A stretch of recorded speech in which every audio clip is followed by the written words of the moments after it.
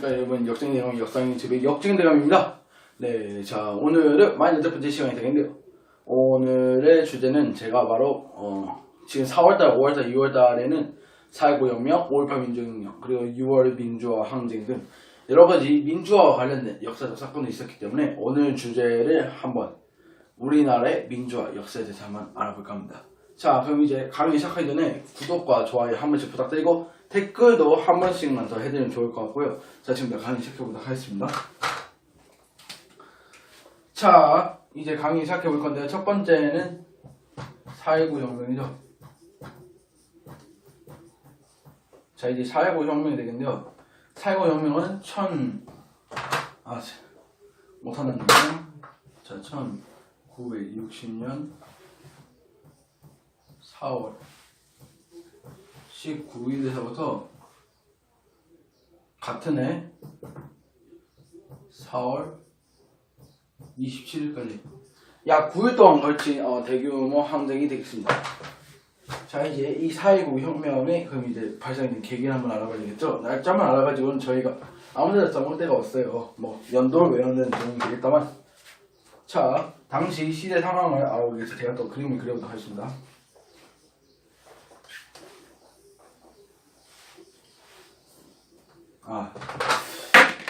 아이고, 제가 실수를 해버렸네.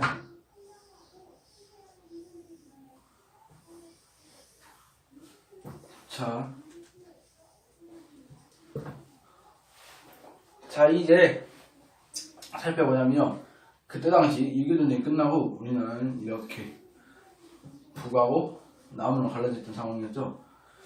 이때 당시 대통령은 이승만 대통령이었습니다. 이승만 대통령이었는데요. 이때 당시 대통령이 이제 이 대통령 같은 경우에는 엄청나게 부정부패 많이 했어요. 대통령 기간 동안 4.4.5.2이라고 해가지고 이게 수학적으로 계산하면요, 예를 들어서 뭐 과반수는 약 316표여야 되는데 4.4.5.2에 의해서 약 315표면은 그게 가결이 되는 그런 식으로 이제 그런 것도 있고, 그 다음에 대표적인 게 바로 무엇이냐 하면요, 바로 3.15 부정선거예요. 이 3.15 부정선거, 자 이제 한번 알아보도록 해야 되겠죠. 이 3.15 부정선거는요, 3월 15일 날에 대통령 및 부통령 선거가 치러지게 됩니다. 이때 당시 이승만은 이제 어떻게 하냐면요, 자, 투표를 하고 있어요. 투표가 끝나면 옮겨야 되는데 갑자기 그곳에 정전이 들어오면 정전이 됩니다. 그러더니, 자, 이게 이제 원래 표라고 하면요, 이거를 이제 여기 있는 이승만이 가졌던 그런 표로 바꿔치기 하는 겁니다. 그래가지고 그때 당시에 나온 기록에 의하면요, 그때 당시 나온 기록에 의하면 약 97%였는데, 이렇게 되면 당연히 그럴 겁니까?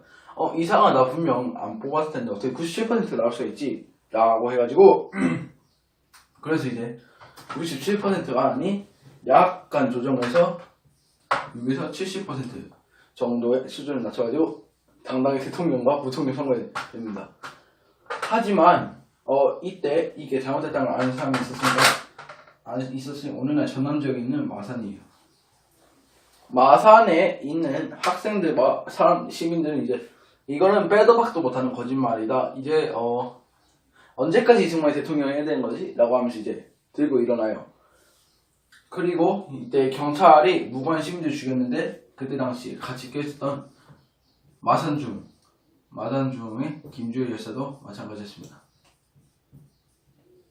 이 김주열 열사는요, 참가하다가 최루탄에 머리에 맞고 죽어요.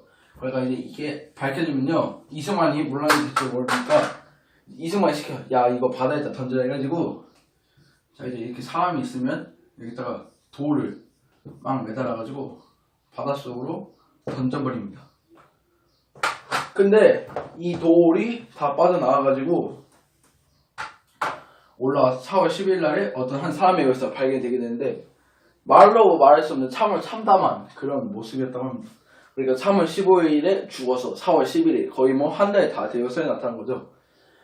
그러니까 이제 이에 대해서 분노한 시민들이 이제 전국적으로 시위를 벌이게 되는데 또 하나의 도화선이 된 계기가 고려대 학생 피습 사건이에요. 학생 피습. 고려대 학생들이 시위를 끝내고 집을 가고 있어요. 근데 아주 조폭 여럿이 나타나가지고 고려대 학생은 막 두드려 패는 거죠. 그리고 그냥 사라집니다. 어둠 속으로. 그러니까 이제 사람들 어떻게 했어요? 이거 진짜 이대 놔두다가는 우리 국민들 다 죽을지도 모르겠다. 이제 우리가 나도 차이다 하고 이제 나서게 되는데 이것이 바로 4.19 혁명이 되겠습니다. 이제 이 4.19 혁명은 이제 약 7일에서 9일 동안 엄청나게 큰 대규모 항전을 벌이게 되는데 대규모 항전을 벌이게 됩니다. 그래가지고 마침내 4월 27일 이승만 대통령이 하야를 해요. 대한민국 일대 대통령이 처음으로 하야를 하는 그런 날이었고 대한민국의 민주주의가 아직까지는 살아있다는 것을 증명해준 아주 중요한 사건이기도 했습니다.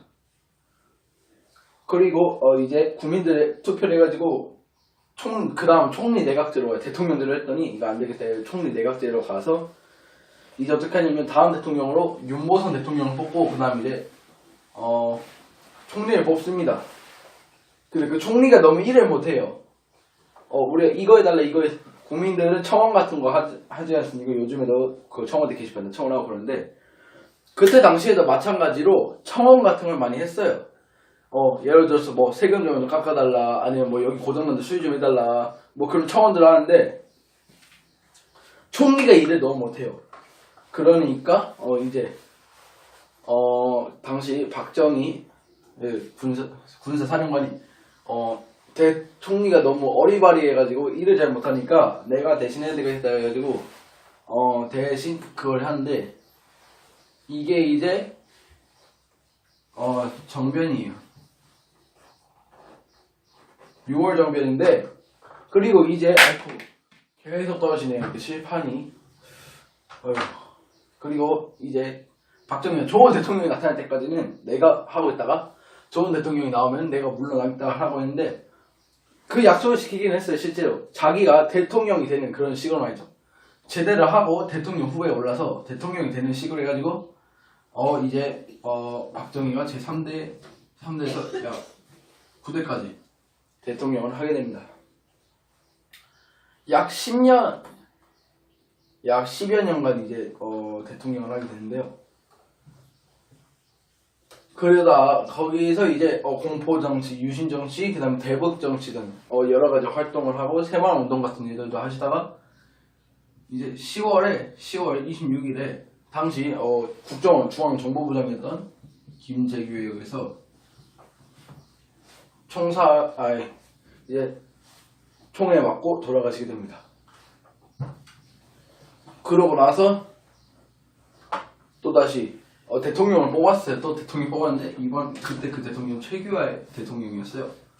근데 이 대통령도 한두 달 못 가가지고 다시 빼앗기게 돼요. 약 2달 만에 뺏기게 되는데 누구한테 뺏기냐? 전두환 전 대통령한테 뺏기게 되죠. 이를 우리는 12.12 정변이라고 부릅니다. 이 12.12 정변은 이제 전두환 대통령이 되고 나서 그때가 이제 1979년 12월 12일이었으니까 대통령이 되고 이제 국민들 내 밑에 놓기 위해서 그런 식으로 이제 해야 되겠다 해가지고 사실상 5월 17일 날에 사실상 99% 정도를 완성했다고 칩시다. 5월 18일 날 마지막 1%에 채우려는데 일단 반대하는 일이 있었으니 누구냐? 우리의 광주 시민들이죠. 5월 18일 날에 광주 시민들이 전두환의 독재정권을 막기 위해서 싸웠다고 해가지고 이 날을 우리는 1980년 5월 18일 광주 민주화 운동이라고 불러요. 근데 여기서 군인들이 무고한 시민을 죽여요. 거기다가 또 어떤 만행을 저지르냐 하면요, 이제 뉴스에다가는요 북한 빨갱이들이 관주로 숨어 내려와서 이제 공격을 했다라고 하는데, 그렇게 해가지고 역사적 왜곡을 했었고 지금까지도 그걸 믿는 사람들이 굉장히 많아요. 그러다 보니까 이제 여기 있던 광주의 무관분들은 5월 24일 날 전남도청에서 최후를 맞이하게 됩니다. 그리고 그로부터 7년 후는 1987년 6월 5월 말에서 6월 초에 박종철 열사가 여기서 이제 또 물고문을 당하다 죽게 됩니다. 그때 당시 기록은요, 책상을 탁 치니까 하고 죽었다라고 하는데 당연히 안 믿기죠. 어린아이도 아마 이건 안 믿을 겁니다. 책상에 탁 쳐서 어떻게 하고 죽어요? 이게 무슨 만화입니까? 아니에요. 현실이에요. 당연히 탁 쳐서 죽을 일 따위는 없고 그러다 보니까 이제 사람들은 더 분노하겠죠. 그런 믿지도 않은 거짓말로 우리 백성들 속이려 들다니 역시 전두환도 이승만 때와 같은 그런 독재 정권을 만들려고 한다. 우리가 이제 목숨을 막아야 된다고 해가지고 거기 앞에 놨었던 게 이번에도 지난번에 고려됐지. 이번에는 연세대예요. 6월 9일 날에 연세대 학생들이 이제 교문 앞에서 이제 시위를 하는데 경찰이 또 체류탄을 쏴요. 근데 이제 또 누가 맞고 죽냐면요, 이한열 열사가 이제 또 맞고 쓰러지십니다. 그리고 몇 달 못 가가지고 이제 순국을 하시게 돼요. 그러다 보니까 이제 또 그걸 듣죠. 김주혜 열사 때처럼 또 그게 여파가 강해지는 거예요. 야, 이거 진짜 전두환 쓰레기 자식이네. 이거 그냥 이제 우리가 가가지고 전두환 정권 몰아내고 진정한 민주화를 끌고 와야 되겠다 라고 하면서 본격적으로 나서게 됩니다. 6월 10일 날부터 6월 10일부터 6월 29일까지 약 19일에 걸친 대규모적인 전국적인 민주화운동이 펼쳤는데 이것이 바로 우리가 흔히 알고 있는 6월 민주화운동이에요. 이걸 통해서 노태우가 이제 6.29 선언을 통해서 우리나라 비로소 민주화를 되찾고 현재는 대통령제도 총리 내각제도 아닌 원래 대통령제도 총리 내각제도 아닙니다. 지금 현재 우리나라 약간 왕정제냐고요? 그것도 아니에요. 대통령제는요, 대통령 밑에 부통령이 있어요. 이게 바로 대통령제고, 총리 내각제는요, 여기 위에 왕이 있고 그 밑에 사실상 대통령 역할과 다름없는 총리가 있어요. 근데 우리나라는 대통령하고 총리하고 섞여 있지 않습니까? 대통령, 총리가 섞여 있어요. 그러다 보니까 저는요, 이걸요, 대통령제도 아니고 총리 내각제도 아니지 않습니까? 그러니까 대통령, 총리 공동 내각제로 불러요. 저는 그렇게 부르는데 사실상 그렇게 부르면 안 되는 거죠. 왜냐면은 사실상 대통령제랑 다름이 없기 때문에 대통령제라고 불러야 하는 게 맞고요. 그 다음 어쨌든 이승만 때부터 시작해가지고 현재에 이르기까지 수많은 사람들이 피를 흘려서 싸워준 덕분에 우리가 오늘날 이렇게 자유롭고 민주화적인 대한민국에서 살 수 있는 것입니다. 그렇기 때문에 지난주에 있었던 5.18 민주화 운동일, 그 다음에 곧 있으면 다가오는 60 민주화 항쟁, 이런 날에는 적어도 그런 분들을 위해서 미약하지만 묵념이라도 해주는 건 어떨까라고 저는 생각을 합니다. 우리나라 민주화를 위해서 그동안 돌아가신 모든 분들에게 우리는 항상 감사한 마음을 가지고 있어야 되고, 그러고 우리가 그 분들의 희생이 헛되지 않도록 우리가 이 나라를 잘 이끌어서 더 강성하게 만들어야 되는 것입니다. 자, 오늘 저의 강의는 끝났고요. 마지막 구독과 좋아요 그리고 댓글도 많이 적어주시면 감사드리겠고, 다음 시간에 보도록 하겠습니다. 네, 안녕히 계십시오.